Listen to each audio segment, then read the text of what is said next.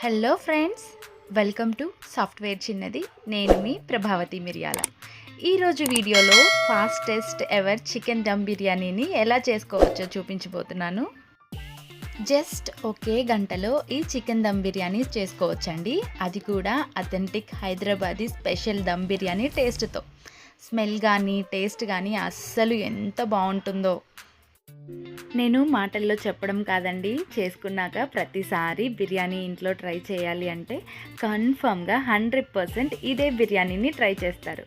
ఎందుకంటే టేస్ట్తో పాటు వంట రాని వాళ్ళు కూడా ఈజీగా క్విక్గా చేసేసుకోవచ్చు. మరైతే ఇంకెందుకండి ఆలస్యం, లెట్స్ స్టార్ట్.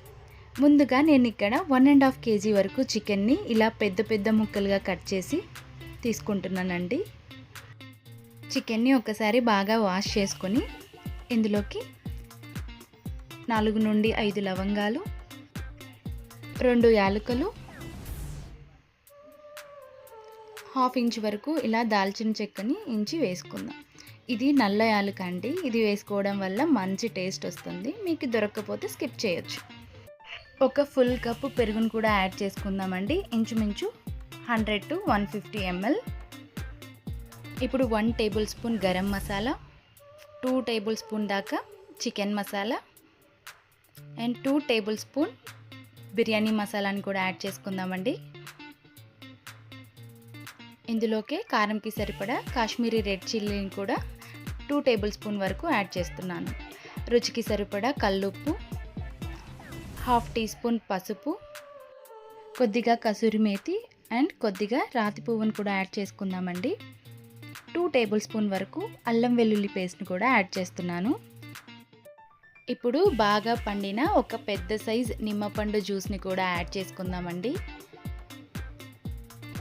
ఇలా అన్నింటినీ యాడ్ చేసుకున్న తర్వాత మసాలాలన్నింటినీ చికెన్కి బాగా పట్టేలాగా మసాజ్ చేస్తూ కలపండి. ఇలా కలుపుకున్న తర్వాత మూత పెట్టి 1/2 అవర్ వరకు పక్కన పెట్టుకుందాం. తర్వాత నేను ఇక్కడ బిర్యానీ ప్రిపేర్ చేయడానికి బాస్మతి రైస్ని యూస్ చేస్తున్నానండి. ఇదే కాకుండా మీరు నార్మల్ రైస్తో కూడా చేసుకోవచ్చు. నేను 4 గ్లాసెస్ వరకు బాస్మతి రైస్ని తీసుకుంటున్నానండి. 4 గ్లాసెస్ అంటే ఆల్మోస్ట్ 7 to 8 మెంబర్స్ వరకు తినచ్చు. సో ఇలా తీసుకున్న బాస్మతి రైస్ని వాటర్ యాడ్ చేసుకొని ఒక్కసారి శుభ్రంగా కడిగి మూత పెట్టి పక్కన పెట్టుకుందామండి. ఇప్పుడు స్టవ్ మీద కుక్కర్ని పెట్టి ఇందులో 3 to 4 టేబుల్ స్పూన్ ఆయిల్ని వేసుకుందామండి. ఆయిల్ కొద్దిగా హీట్ అయ్యాక ఇందులోకి 2 యాలకులు, కొద్దిగా జాపత్రి పువ్వు, ఒక 2 నుండి 3 బిర్యానీ ఆకుల్ని కూడా యాడ్ చేసుకుందాం. కొద్దిగా కసూరి మేతి అండ్ 2 స్టార్ అనాస్ని కూడా యాడ్ చేసుకున్న తర్వాత మంటని మీడియం ఫ్లేమ్లో అడ్జస్ట్ చేసుకొని ఒక్కసారి ఇలా ఫ్రై చేసుకుందామండి.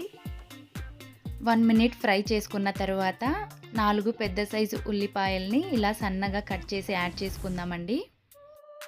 ఉల్లిపాయలు గోల్డెన్ బ్రౌన్ కలర్ వచ్చేంత వరకు వేయించుకోవాలి. ఇలా వేగాలంటే కొద్దిగా సాల్ట్ యాడ్ చేశారంటే తొందరగా వేగిపోతాయి.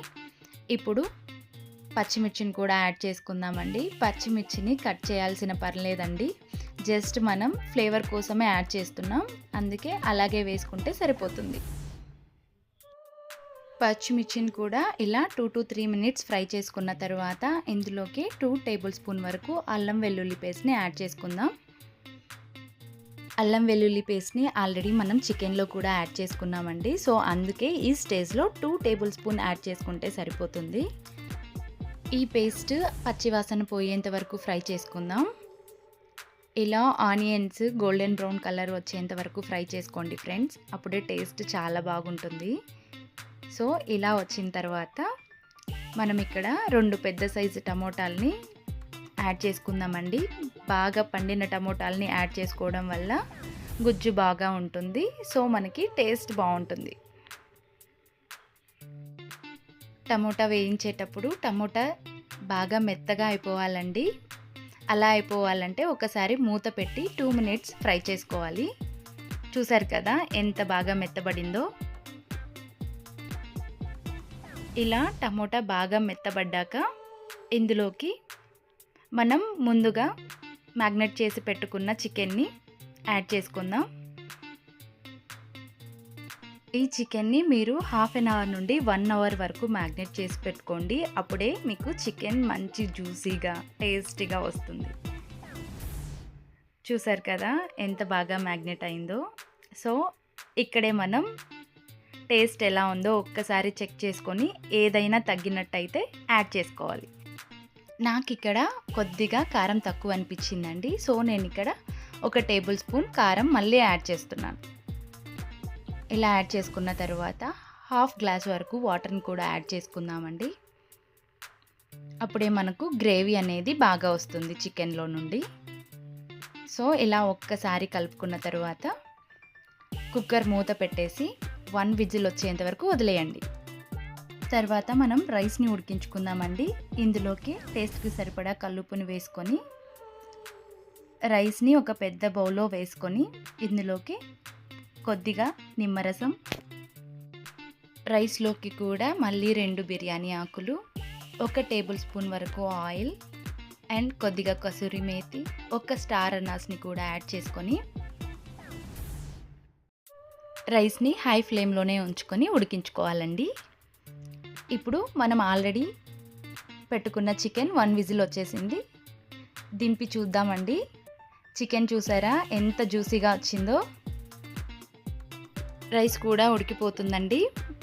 సో మనం ఆల్రెడీ రెడీ చేసుకున్న చికెన్ని రైస్ కుక్కర్లోకి తీసుకొని ఇలా 60% వరకు ఉడికిన రైస్ని ఇందులో 1 లేయర్ వరకు యాడ్ చేసుకుందాం. 60% అంటే ఒక్కసారి మెతుకుని ఇలా పట్టి చూస్తే గట్టిగా తగలాలి.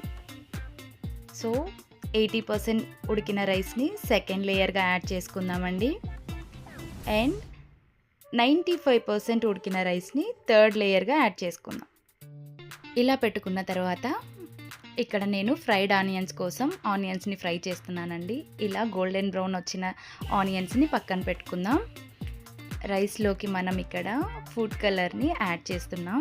ఎందుకంటే రెస్టారెంట్ స్టైల్లో చేస్తున్నాం కాబట్టి ఏదైనా 2 ఫుడ్ కలర్స్ని యాడ్ చేసుకోండి. తర్వాత బిర్యానీ పైన మనం ఇలా ఫ్రైడ్ ఆనియన్స్ని యాడ్ చేసుకుందాం. కొద్దిగా క్యాష్యూని కూడా ఇలా ఫ్రై చేసి యాడ్ చేసుకోండి, చాలా బాగుంటుంది. ఫైనల్ టచ్గా పుదీనాను కూడా యాడ్ చేస్తున్నానండి. సో బిర్యానీ పైన ఇలా మూత పెట్టి ఏదైనా కొద్దిగా వెయిట్ పెట్టేసుకోండి. అప్పుడే మనకి దమ్ పక్కకి పోకుండా మంచిగా దమ్ అవుతుంది. గట్టిగా దమ్ చేస్తే దెబ్బకు బిర్యానీ రెడీ. మూత తీసుకున్న తర్వాత ఒక 10 మినిట్స్ అలా వదిలేసి ఒక్కసారి గరిటె పెట్టి చూడండి. వాటర్ అనేది పూర్తిగా ఇంకిపోయిన తర్వాత సర్వ్ చేసుకుంటే సరిపోతుంది. చూసారు కదా ఎంత బాగా వచ్చిందో. మీరు కూడా ఒక్కసారి ట్రై చేయండి.